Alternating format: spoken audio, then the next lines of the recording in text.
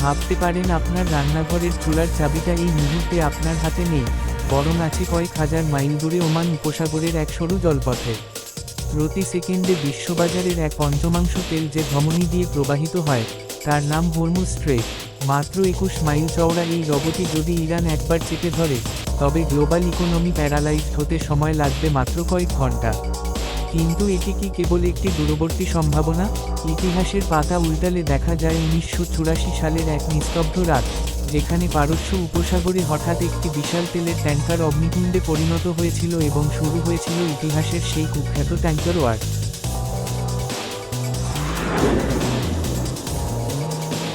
42 বছর পর ঠিক একই চিত্রনাট্য কি আবার ফিরে আসছে?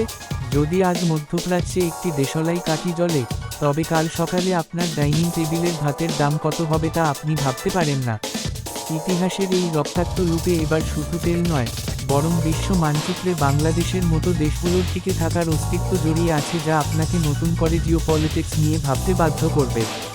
বিশ্ব রাজনীতির দাবার চালে পারস্য উপসাগরীয় অঞ্চলের হরমুজ স্ট্রেইট বরাবরই একটি অতি সংবেদনশীল এবং স্ট্র্যাটেজিক কেন্দ্রবিন্দু হিসেবে পরিচিত। ওমান ও ইরানের মধ্যবর্তী এই জলপথটি বৈশ্বিক জ্বালানি নিরাপত্তার এমন এক লাইফলাইন, যার সামান্যতম অস্থিরতা সারা বিশ্বের কানেক্টিভিটি এবং সাপ্লাই চেইন তছনছ করে দিতে পারে। এই জিওপলিটিক্সের প্রতিটি মুভ আমাদের মতো সাধারণ মানুষের যাপিত জীবনকে নিয়ন্ত্রণ করছে এক গভীর সাইকোলজি এর মাধ্যমে।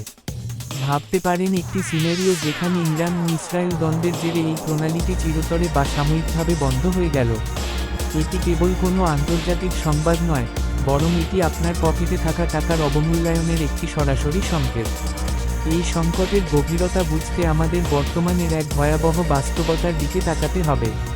আমরা দেখছি কিভাবে আধুনিক যুদ্ধে তেলের খনি নয়, বরং অয়েল রিফাইনারিজ বা তেল শোধনাগারগুলোকে টার্গেট করা হচ্ছে।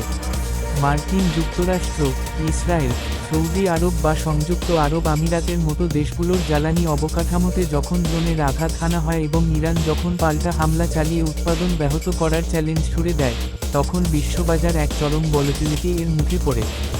এই যে তেলের উৎপাদন ব্যাহত করার খেলা, এটি কেবল মধ্যপ্রাচ্যের মানচিত্রে সীমাবদ্ধ নয়। বাংলাদেশের মতো আমদানিনির্ভর দেশের জন্য এই পরিস্থিতি হবে অত্যন্ত বিপর্যয়কর।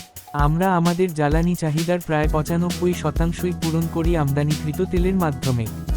আন্তর্জাতিক বাজারে এই হামলার কারণে যদি তেলের উৎপাদন সামান্যতম কমে যায় এবং দাম নাটকীয়ভাবে বৃদ্ধি পেয়ে প্রতি ব্যারেল $125 থেকে $130 ছাড়িয়ে যায়, তবে দেশের অভ্যন্তরে ডিজেল বা পেট্রোলের দাম লিটার প্রতি 30 থেকে 50 টাকা পর্যন্ত বেড়ে যাওয়ার হাই পসিবিলিটি রয়েছে। এটি মূলত একটি প্যাটার্ন ইন্টারাপশন হিসেবে কাজ করবে, যা আপনার নিত্যপণ্যের দামকে এক ধাক্কায় মানুষের ক্রয়ক্ষমতার বাইরে নিয়ে যাবে। এই পুরো প্রক্রিয়াটি অনেকটা জটিল অ্যালগরিদম এর মতো কাজ করে। জ্বালানি তেলের দাম বাড়া মানেই লজিস্টিক এবং ট্রান্সপোর্টেশন কষ্ট বৃদ্ধি পাওয়া, আর তার চূড়ান্ত প্রভাব পড়ে বাজারের প্রতিটি সবজি বা নিত্যপণ্যের ওপর। বাংলাদেশের খাদ্য নিরাপত্তার প্রধান স্তম্ভ বোরো চাষ সরাসরি ডিজেল চালিত সেচ পাম্পের ওপর নির্ভরশীল। অর্থাৎ তেল শোধনাগারে হওয়া একটি ড্রোন হামলা বা হরমুজ স্ট্রেইটের সামান্য অস্থিরতা সরাসরি আপনার ডাইনিং টেবিলের ভাতের দামকে ইনফ্লুয়েন্স করছে। এটিই হলো জিওপলিটিক্যাল কানেক্টিভিটি এর আসল রিয়ালিটি। এই প্রভাব কেবল তেলের দামে সীমাবদ্ধ থাকে না।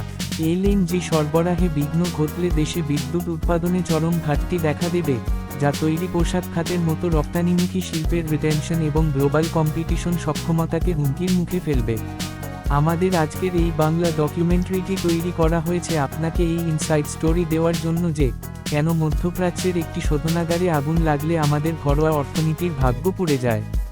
আসলে আমরা এক এমন গ্লোবাল লুপের মধ্যে আটকা পড়েছি যেখানে এক প্রান্তের আগুনের তাপ অন্য প্রান্তের মানুষের জীবন পুড়িয়ে দেয়। 1980 সালের সেই ট্যাঙ্কার ওয়ারের ধ্বংসাবশেষ আজও পারস্য উপসাগরের নিচে পড়ে আছে, কিন্তু সেই একই যুদ্ধের ছায়া কি আমাদের বর্তমানকে গ্রাস করতে যাচ্ছে? যদি আজই এই পথটি চিরতরে বন্ধ হয়ে যায় বা প্রধান শোধনাগারগুলো অকেজো হয়ে পড়ে, তবে আগামীকালকের বাংলাদেশ কি সেই ধাক্কা সামলানোর জন্য প্রস্তুত?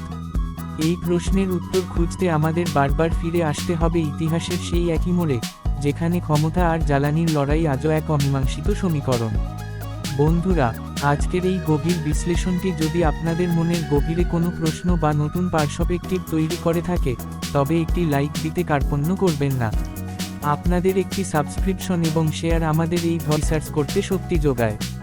ভিডিওটি বন্ধুদের সাথে শেয়ার করুন, কারণ সচেতনতাই পারে এই কঠিন অর্থনৈতিক চ্যালেঞ্জগুলোর মানসিক প্রস্তুতি নিশ্চিত করতে। বেল বাটনটি বাজিয়ে আমাদের পরিবারের অংশ হয়ে যান, যাতে পরবর্তী জিওপলিটিক্যাল ব্রেকিং অ্যানালাইসিসটি আপনার মিস না হয়। সেই একই 21 মাইলের জলপথ, সেই একই পুরনো শত্রুতা, আর তার মাঝখানে আমাদের এই প্রিয় বাংলাদেশ। ইতিহাসের এই ট্র্যাপ কি কোনোদিন ভাঙা সম্ভব হবে, নাকি আমরা বারবার এই একই সার্কেলের মধ্যে ঘুরপাক খাব? চলুন দেখা যাক পরবর্তী পর্বে।